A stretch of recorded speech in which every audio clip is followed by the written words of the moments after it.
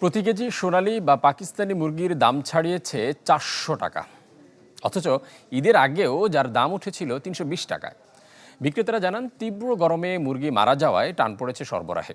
অন্যদিকে প্রতি কেজি আমদানি করা রসুন বিক্রি হচ্ছে ২৫০ টাকায়। বাড়তি পেঁয়াজ এবং আলুর দামও স্বস্তি নেই অন্যান্য সবজির বাজারেও। বেসরকারি একটি প্রতিষ্ঠানে চাকুরি করা গিয়াসউদ্দিন সমাজে মধ্যবিত্ত শ্রেণীর একজন।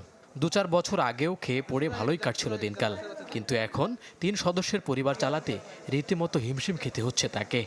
সব জায়গায় দ্রব্যমূল্যের দাম অনেক বেশি, যেটা আমাদের মতো নিম্ন মধ্যবিত্ত ফ্যামিলির জন্য খুব কষ্টকর দাঁড়াচ্ছে। কোনো সেভিংসে নাই, যা ইনকাম তাই খরচ, বরঞ্চ আরও লোন করতে হয় মাস শেষে।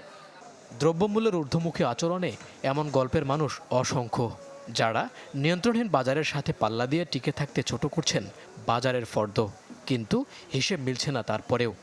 তা আমরা যারা আসলে মধ্যবিত্ত আছি, ঢাকায় থাকি, আমাদের এই বাসা ভাড়া এত বেশি, এ দিয়ে যে বাজারের সমন্বয় প্রতি মাস চালানো, এটা আসলেই কষ্টকর। তারপরেও করতে হয় বেঁচে থাকার জন্য। আরও 10 টাকা বা 15 টাকা কম হলে আমাদের জন্য সুবিধা হতো। আলুর দামটা এখনও কন্ট্রোল করতে পারিনি, আলু এখনও অনেক বেশি দাম যাচ্ছে, এটা আসলে খুবই আমাদের জন্য কঠিন। চলে যাচ্ছে এভাবে আর কি, কোনো রকমভাবে চলে যাচ্ছে, এভাবে অ্যাডজাস্ট করে চলতে হয় আর কি, এখন তো কিছু করার নাই।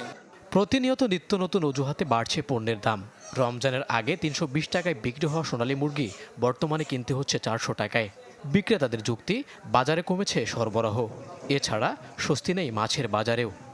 আপনারা যারা করতেছে তারা সবাই সরকারি লোক, এবং তারা তাদের প্রফিটের 50% নিজে রাখে, 50% দিয়ে দেয় পার্টিকে, পার্টি তারা ভাগ করে খায়। তা কে নিয়ন্ত্রণ করবে?